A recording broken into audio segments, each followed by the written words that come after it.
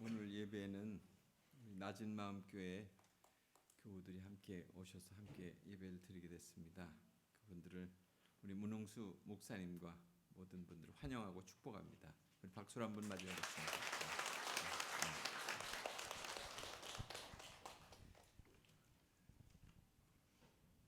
여기 사진 하나 보여주시기 바랍니다.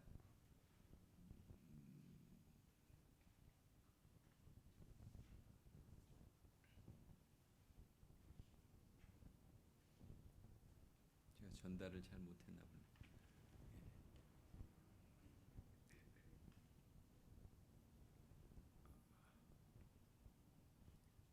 뉴질랜드에 가보신 분은 혹시 보신 적이 있을지 모르겠습니다. 키위새라고 하는 새. 그 새는 사실 새라고 하기는 좀 그렇고 하여튼 조그만 그런 아주 그 사랑을 많이 받는 그런 뉴질랜드의 그 나라의 새와 같은 그런 새입니다. 그래서 그 새는 날개가 없어요. 퇴화가 된 거죠. 사용하지 않아가지고. 왜냐하면 먹을 것도 풍부하고 또 천적 새를 잡아먹는 그런 적수도 없고 굳이 날 필요도 없고 또 날개를 쓰지 않아도 잘 먹고 살 수 있으니까 날개가 점점점 없어졌다는 거예요. 왜 제가 이 말씀을 드리냐면 우리의 삶이나 신앙생활이 그렇다는 거죠. 외부의 그런 어떤 어려움 또 어떤 그런 시련들이 없으면 참 연단을 별로 받지 않는 거예요. 저게 새예요. 부리가 나와 있고 털이 보슬보슬하죠. 아주 사랑을 많이 받는 그런 새라는 거예요. 저게 이렇게 기념품점에 가면 저 모양으로 이렇게 해서 팔기도 하는데요. 하여튼 진짜 새입니다. 진짜 새인데 날개가 없다고 해서 그 새가 아닌 건 아니죠. 그런데 그런 연단을 받다 보면 참 우리가 믿음이 강해지잖아요. 단단해지잖아요. 그런데 우리의 삶에서 그런 모든 것들이 다 이렇게 주어지고 또 그것들이 여유로워지고 이렇게 되면 그것으로 인해서 우리의 삶은 느슨해지잖아요. 그러니까 이를테면 믿음 생활 자체가 굉장히 이렇게 좀 편안해지는 거죠. 편안한 중심으로 가는 거잖아요. 참 우리의 믿음 생활을 그런 면에서 이제 한번 살펴본다면 정말 나한테 그런 어떤 믿음 생활의 흔적들이 있는가 하는 거예요. 연단받은 흔적이 있고 정말 내가 이것을 통해서 내 믿음이 좀 더 견고해진 그런 흔적이 있는가 그런 것을 한번 생각해 볼 수 있고요. 또 정말 열심히 있는 그런 신앙생활로 인해서 정말 내가 하나님을 사랑한 그런 경험들이 내게 있어서 어느 때였는가를 한번 또 생각해 보시기 바랍니다. 아니면 정말 내가 그럴 때가 있었다고 그냥 그때가 그리워지고 있는 그런 과거 지향적인 신앙생활이 아닌지를 또 한번 돌아보시기 바라요. 또 지금의 신앙생활은 어떠한가 하는 것들을 생각해 보는 거죠. 이런 질문을 여러분 마음속에 좀 지닌 채로 오늘 말씀을 함께 나누면 좋을 것 같습니다. 오늘의 본문은 지난주에 이어서 사도 베드로가 설교하고 있는 후반부입니다. 죄가 죄인지 모르고 죄를 짓고 있는 유대인들을 향해서 지금 설교하고 있는 거잖아요. 너희는 생명의 주를 죽였다. 그런데 하나님이 그를 살리셨다. 우리가 이 일의 증인이다. 지금 이렇게 설교하고 있는 거예요. 그러니까 너희가 보는 것처럼 하나님이 보내신 그 예수 그리스도 그 이름의 역사가 오늘 이렇게 날 때부터 안진뱅이 된 자를 이렇게 세운 것 아니냐. 그러니까 태어날 때부터 걷지 못했던 그분, 그런데 그가 예수 그리스도 그 이름으로 붙들림 받고 일어서서 뛰고 걷기도 하면서 성전으로 향하고 있었잖아요. 그럴 때 사람들이 그 베드로를 쳐다보면서 그렇게 얘기한 거예요. 어떤 역사가 일어났느냐. 그럴 때 베드로가 그에게 설교하는, 그들에게 말하는 거죠. 우리 개인의 어떤 권능과 능력으로 이렇게 한 것이 아니다. 왜 우리를 주목하느냐. 이렇게 다시금 권고합니다. 그러니까 베드로는 놀라움 속에서 자기를 주목하고 있는 그런 사람들을 향해서 기적을 일으킨 힘이 과연 무엇이냐. 그것은 바로 너희들이 죽인 그 예수 그리스도의 그 이름의 능력으로 이렇게 된 것이다. 지금 이렇게 말씀하고 있는 거죠. 너희가 그 예수를 십자가에 못 박아 죽였다. 형제들아, 너희가 알지 못하여서 그리하였으며 또 너희 관리들도 그러한 줄로 안다. 이런 말씀이죠. 그러니까 베드로는 사실 놀라운 선포를 한 거예요. 그들을 향해서 아주 직격적인 어떤 그런 선언을 한 거죠. 그러니까 유대인들은 스스로 하나님의 택함 받은 백성이라는 것에 대해서 자부심을 갖고 살았잖아요. 또 율법을 연구하면서 언젠가는 오실 그 메시아를 우리는 기다리고 있다고 이렇게 생각하고 있었습니다. 그런데 이방인이 아닌 그 유대인들이 하나님께서 보내신 그 예수님을 가장 비참하게 십자가에 매달아 죽게 했습니다. 여기서 관리라고 하는 말은 헬라어로 아르콘이라는 말인데 결국 그 말은 지도자라는 뜻이에요. 그러니까 그들의 지도자로부터 모든 백성에 이르기까지 예수님을 죽인 공범이든 주범이 되었다는 거예요. 그렇다면 그들은 신성 모독의 그런 처벌을 받아야 될 자들 아니겠습니까? 그런데 베드로는 그들을 향해서 너희가 몰라서 예수를 죽였다고 이렇게 말하고 있습니다. 그러니까 무지한 죄의 문제를 얘기하고 있는 거죠. 하나님에 대한 잘못된 지식과 인간적인 그런 편견으로 인해서 예수님을 십자가에 못 박여 죽였다고 하는 그 유대인들의 그 무지, 그 어리석음, 그것이 그때만 존재했겠느냐 하는 것입니다. 하나님을 믿는다고 하면서 하나님이 하셨다고 하는 것에 대해서 믿지 못하는 경우가 얼마나 많습니까? 참 안진뱅이 되었던 자가 그가 자기를 고쳐준 베드로와 요한을 봤잖아요. 이들로부터 내게 이런 은총이 베풀어졌나? 결국 베드로와 요한은 또 누구를 본 것입니까? 예수님을 본 거잖아요. 예수님의 이름으로 예수님께서 그런 역사를 일으키셨다. 결국 예수님은 또 누가 보내셨습니까? 하나님이 보내신 거잖아요. 결국 안진뱅이 되었던 자는 결국 하나님이 하심으로 인해서 그가 고침받고 치유된 거 아니에요. 요즘에 교회 사역에 일어나는 일들 중에 교회 동산이 여러분들도 느끼셨지만 원예팀을 중심으로 인해서 많은 변화가 지금 일어나고 있잖아요. 이전에 우리 교회가 그냥 숲속에 있는 그런 교회로 약간의 정리는 안 된 그런 숲속의 그냥 교회였어요. 근데 지금은 정원으로 지금 바뀌어져 가고 있잖아요. 자연 속에 있는 것도 물론 당연한 것이지만은 지금은 정리된 모습으로 지금 바뀌어져 가고 있어요. 그래서 사람들의 관심을 지금 받고 있는 것 같아요. 아, 이게 교회가 뭔가 예뻐지고 있네. 그렇게 하면서 사람들이 이렇게 방문객들이 자꾸 늘어나는 것 같아요. 이렇게 되기까지 많은 사람들의 그런 마음의 소원이 있었고 기도가 있었지 않았습니까? 그리고 그러한 수고의 헌신자들이 있었잖아요. 그들의 모두의 마음이 결국 하나님의 교회가 이 세상 가운데 복음의 도구가 되었으면 하는 그런 기대를 가지고 그렇게 힘쓰기에 오늘 이런 모습으로 자꾸 바뀌어져 가고 있는 거죠. 이 같은 마음을 품게 한 것이 우연의 일치겠습니까? 그리고 이 시간에 이렇게 될 수 있었던 모든 여건들이 저는 가만히 이렇게 설교를 준비하면서 하나님의 때가 이렇게 이르게 되면서 이렇게 많은 여러 경로를 통해서 합력하여 선을 이루도록 행하시는구나, 그런 것이 느껴졌어요. 그러니까 하나님이 계획하신 그 그림으로 지금 만들어져 가고 있는 거예요. 그리고 그 일들은 계속 진행되고 있는 거죠. 사실 조경회사 사장이나 어저께 얘기를 나누는데 그분이 또 그런 제안을 하는 거예요. 자기가 여기에 뭐 비용을 많이 받고 뭐 이렇게 하지 않는 이유는 자기가 이 교회가 안수집사예요. 이 교회가 정말 아름다운 교회에 대해서 많은 사람들에게 정말 유익을 주는 교회가 됐으면 좋겠다, 이런 생각을 가지고 그냥 자기가 와서 직원들을 데리고 일을 시키겠다는 거예요.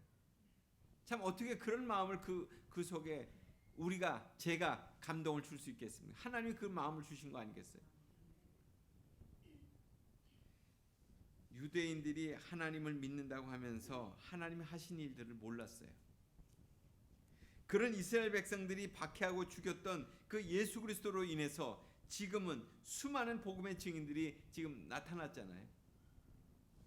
이전에 두려움에 사로잡혀 있었던 제자들이었는데 지금은 그들이 앞장서서 나가고 있습니다. 그들이 어떤 열심과 용기가 생겨서 그렇게 된 것입니까? 어떤 박해에도 불구하고 하나님의 구속사역은 하나님에 의해서 계속 진행되고 있다. 이것을 보여주는 사건 아니에요? 베드로의 설교에서도 예수님이 오시기 전 수많은 선지자들을 통해서 예수님의 탄생이 예고되어 있었습니다. 오실 곳도 또 오실 징표도 그렇게 보여주셨죠. 오셔서 어떤 고난을 당할지도 다 말씀해 주셨어요. 그러니까 예수님이 오심은 예정이었습니다. 이 모든 일들은 다 하나님의 계획과 섭리 가운데 진행됐던 것입니다. 이는 하나님께서 이 모든 구원 사역을 이루신 것이 결국 하나님의 궁극적인 우리를 향한 사랑이었다는 거예요. 구원에 대한 사랑이었다는 거예요. 이 같은 설교를 하고 있는 베드로에게 베드로 자신도 그 사랑이 깨달아진 거 아니에요. 언젠가는 그가 부인하고 도망갔던 그에게 게네사렛 호숫가로 예수님이 찾아오셔서 그들과 같이 조반을 드시면서 그에게 다시금 사명을 부여주셨던 그 예수님. 그럴 때 그가 사명을 또 사랑을 다시금 깨닫게 된 거 아니겠습니까? 그때 베드로는 사실 부끄러워서 여러 번 묻는 그 질문 앞에 대답할 수 없었을 거예요.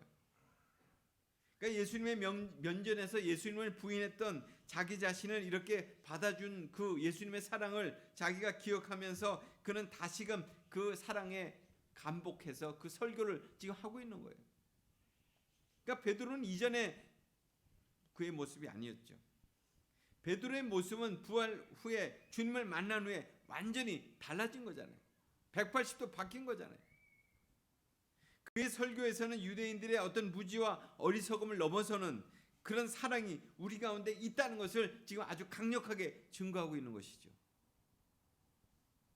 이전에 겁쟁이였고 현실로 돌아가려고 했던 그런 인생이었습니다. 그런 그에게 주님이 만나주신 후에 그의 삶은 바뀌었잖아요. 이제는 그가 모든 이들 앞에서 십자가에 못 박히신 그 예수 그리스도 그 이름을 선포하면서 그 이름으로 지금 설교하고 있는 것입니다. 여러분은 예수가 누구인지 아십니까? 어떻게 알고 계십니까? 여러분에게 있어서 예수님은 어떤 분이십니까? 예수님을 자신의 생명의 구주로 나는 그렇게 믿고 정말 그렇게 따르고 있으십니까?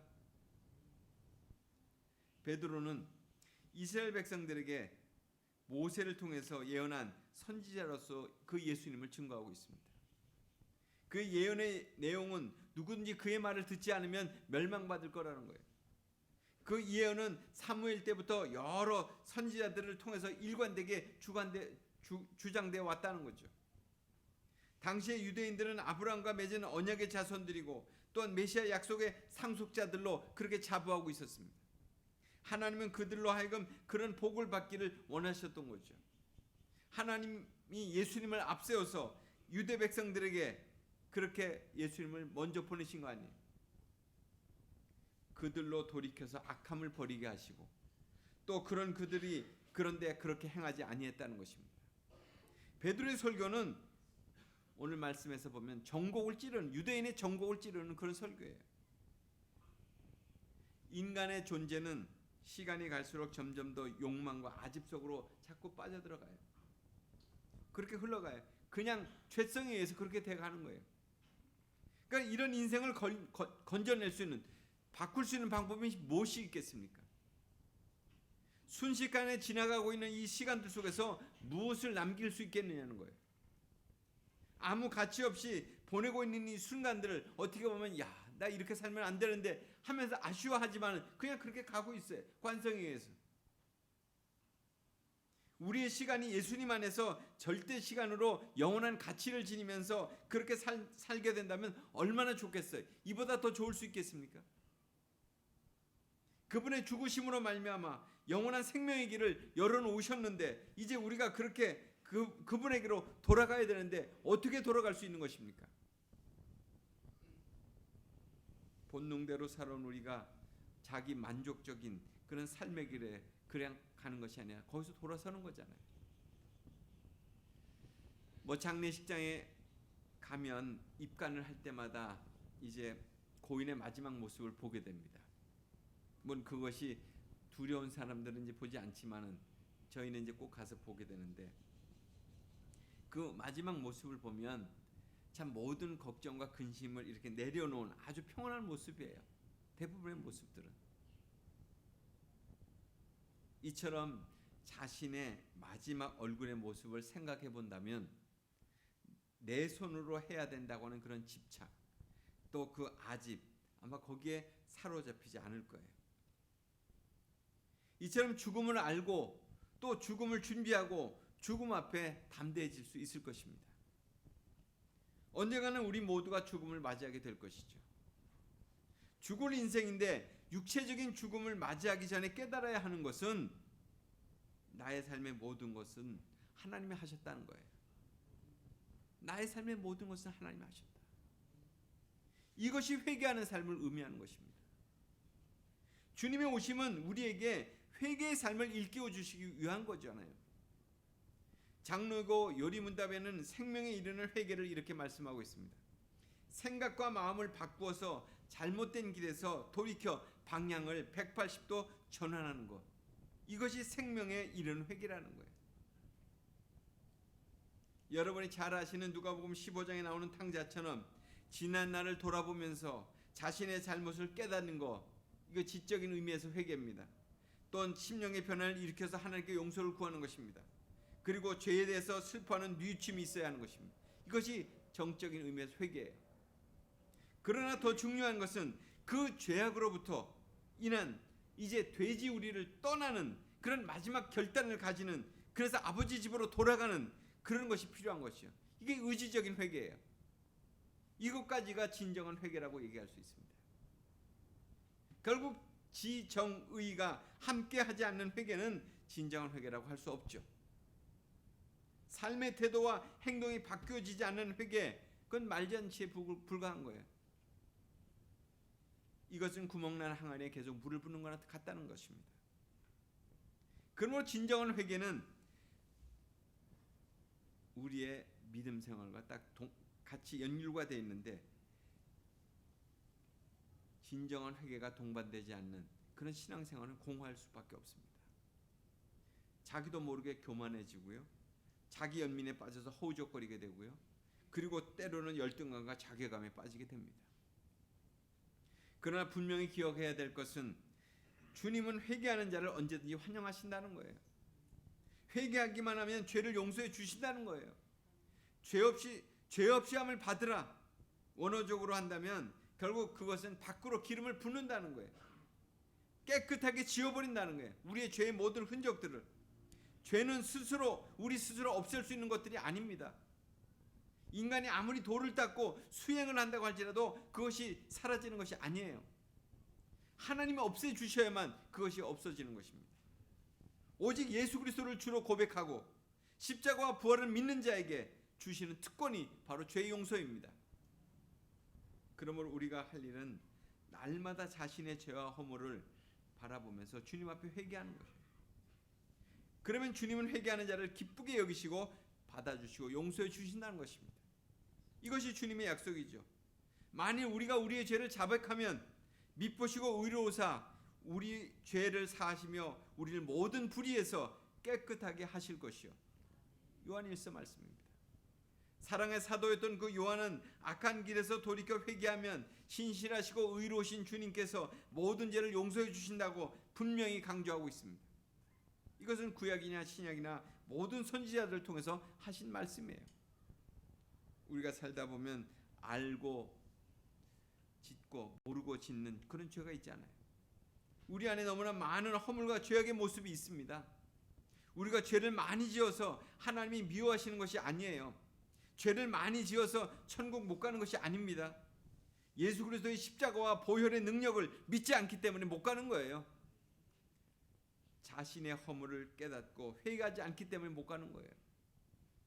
하나님이 우리에게 특권을 주셨어요. 죄 용서받는 그 특권, 그걸 다 사용하시기 바랍니다. 주님 앞에 나아가면 회개하면 모든 죄를 용서받습니다. 여호와께서 말씀하시되 오라 우리가 서로 변론하자 너희 죄가 주홍 같을지라도 눈과 같이 희어질 것이요 진홍같이 붉을지라도 양털같이 되리라 말씀하셨습니다. 또 저희의 죄와 저희 불법을 내가 다시 기억하지 아니하리라 말씀하셨습니다. 사랑하는 여러분, 이 사실을 믿으십니까? 주님은 우리 죄를 기억하지도 않으시겠다고, 또 주님께서는 베드로를 그렇게 대하셨잖아요. 그것이 우리를 대하는 태도예요. 그러면 우리들이 주님께 돌이켜 죄사함을 받아야 되는 그 이유는 무엇이겠어요? 베드로는 이렇게 정답을 제시해요. 이같이 하면 새롭게 되는 날이 주의 앞으로부터 이를 것이요, 또 이전 번역에 보면 유쾌하게 되는 날이 이르게 될 것이다. 아주 정말 내 마음과 삶이 상쾌하게 될 거라는 거예요. 죄를 회개하고 나면 신앙생활의 즐거움이 시작되는 순간이에요. 주님과 투명한 관계가 될 때 주님의 인도하심을 받기에 부족함이 없어지는 것입니다. 성도들끼리도 진정한 관계가 이루어지게 될 때 서로를 신뢰하고 또 신앙이 성장하는 관계가 되는 것이잖아요. 그 모든 시작은 내가 지은 죄를 주님의 사랑으로 용서함을 받는 것입니다. 주님 앞에서 내 자신을 깊이 묵상하십시오. 주님께로 받은 그런 용서와 사랑이 무엇인지를 다시금 깊이 깨닫는 거예요. 그 사랑으로부터 주님의 뜻을 내가 실천하는 거죠. 어떤 자매가 목사님을 찾아와서 하소연을 했습니다. 목사님, 저는 왜 계속 같은 자리를 맴돌고 있나요? 뭔가 새로운 것을 하고 싶지만 잘 안 돼요. 늘 작심삼일입니다. 새로운 계획 세우는 것이 겁이 납니다. 그때 그 목사님이 그 자매의 말을 듣더니 창고에 가서 낡은 소쿠리 하나를 가져다가 그 자매에게 주었습니다. 자매님, 이유는 묻지 말고 이 소쿠리에 물을 담아 보십시오. 그 자매는 순종하는 마음으로 그 낡은 소쿠리를 가지고 물을 담아 보려고 했어요. 그러나 아무리 애를 써도 거기 담아지는 것입니까? 물이 담겨지지 않잖아요. 결국 빈 소쿠리를 가지고 그 목사님에게 왔어요. 그럴 때 그 목사님이 그렇게 얘기합니다. 비록 그 소쿠리에 물을 담아오지는 못했지만 그 안에 있던 먼지는 깨끗이 사라졌죠. 마음먹은 대로 안 돼도 뭔가 새롭게 살아가려고 하는 그 노력, 그 자체가 의미 있는 것입니다. 그 자매를 그렇게 위로했다는 거예요.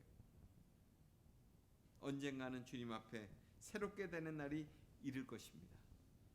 그날까지 계속 내 안에 그런 죄성과 죄악된 생각들이 떠오를 때마다 주님 앞에 회개하는 거예요. 하나님의 계획하심은 선하심입니다. 모세로부터 예정하신 구세주이신 예수를 보내실 것을 약속하셨잖아요.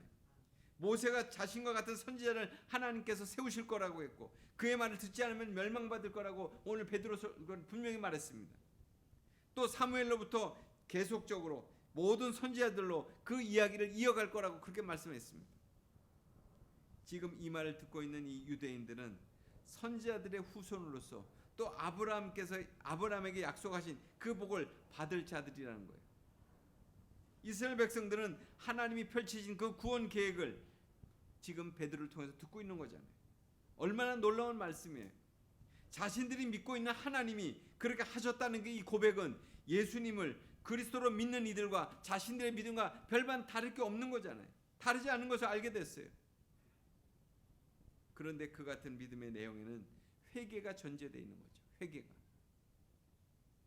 회개함으로 하나님이 하셨음을 깨닫게 되는 것은 같은 방향이에요. 회개했다. 그것은 결국 하나님이 내 삶을 그렇게 바꾸셨구나. 내 삶을 모든 것을 인도하신다. 이거 같은 방향이라는 거예요. 진정한 회개 없이는 하나님이 하셨다는 것을 고백할 수 없습니다. 나의 삶의 갈등이 일어나는 것은 회개가 없음으로 일어나는 거예요. 회개가 없기 때문에 일어나는 갈등이 생기는 거예요. 믿음의 새로운 역사를 경험하기 위해서는 매 순간 회개의 고백이 필요로 합니다. 나의 존재는 사라지고 하나님이 내 안에서 역사하시기 때문에 그렇게 되는 거예요.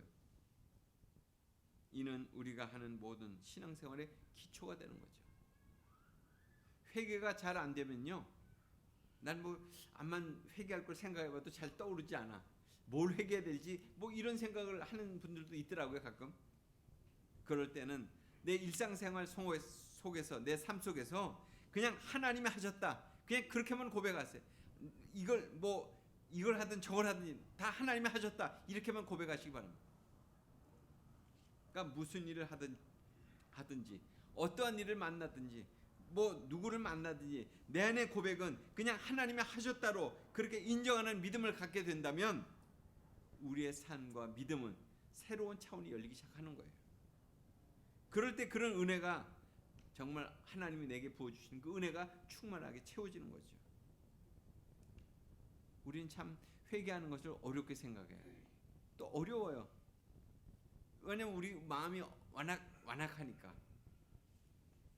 그러나 오늘 베드로의 설교를 들으면서 참 다시 한번 우리 자신들이 받아들이는 것은 하나님이 하신 일들에 대한 것들을 다시금 깨닫고 기억한다면 아마 거기에서 내 생각과 내 존재에 대한 가치는 사라지게 될 것이고, 그리고 주님이 거기에 떠오르게 될 것이고, 또 주님이 하셨다는 것을 깨닫게 될 때 결국 우리는 진정한 믿음의 길로 들어서게 될 것입니다. 그런 은혜가 여러분 모두에게 저와 함께 있게 되기를 간절히 소원합니다. 기도하겠습니다. 고마우신 하나님, 오늘도 주님의 말씀으로 다시 한번 우리의 삶을 일깨워 주시니 감사합니다. 베드로의 설교를 들으면서도 정말 진정으로 회개할 줄 모르고 있는 그 유대인들, 하나님 오늘 그 모습이 나의 완악한 모습이 아닌지를 돌아보게 하옵소서. 그리고 진정 주님의 말씀 앞에 다시금 내 삶을 돌이키며 회개하며 하나님이 내 삶의 모든 것들을 친히 인도하시고 주장하신다는 그 고백을 하며 살아가는 믿음 생활 되게 해 주옵소서. 예수님 이름으로 기도드리옵나이다. 아멘.